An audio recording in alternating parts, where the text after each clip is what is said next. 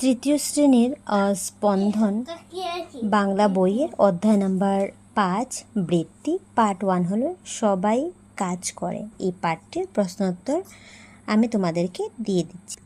1 নম্বর question হলো যে শস্য কে ফলান, তাহলে আনসার হয়ে যাবে কৃষকেরা হাল চাষ করে শস্য ফলান।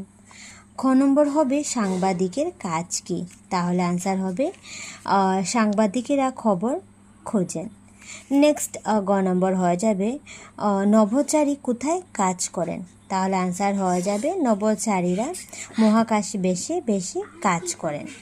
নেক্সট হয়ে যাবে ঘ নম্বর যে ময়রা কি করেন, আনসার হয়ে যাবে ময়রা মিষ্টি জাতীয় জিনিস তৈরি করেন।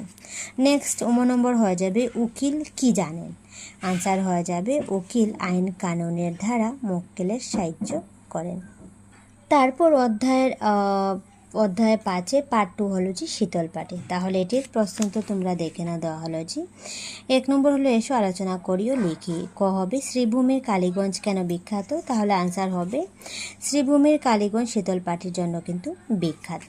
নেক্সট হয়ে যাবে শীতল পাটি কী দিয়ে বোনা হয়, আনসার হয়ে যাবে শীতল পাটি মোর্তা বা পাটি বেত দিয়ে বোনা হয়। গ নম্বর কোশ্চেন হলো যে সুমনের মামার দোকানে কি কি পাওয়া যায়, তাহলে এখানে আনসার হয়ে যাবে যে সুমনের মামার দোকানে শীতল পাটি বেতের তৈরি ব্যাগ ঝুড়ি ফুলদানি ডালা ইত্যাদি পাওয়া যায়।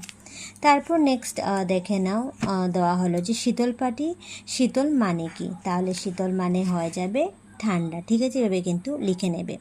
নেক্সট দেখে নাও নম্বর দেওয়া হলো যে নলবাড়ি জেলার জাপারকুচি কেন বিখ্যাত, তাহলে আনসার হয়ে যাবে নলবাড়ি জেলার জাপারকুচি বাঁশ বেতের শিল্পের জন্য বিখ্যাত।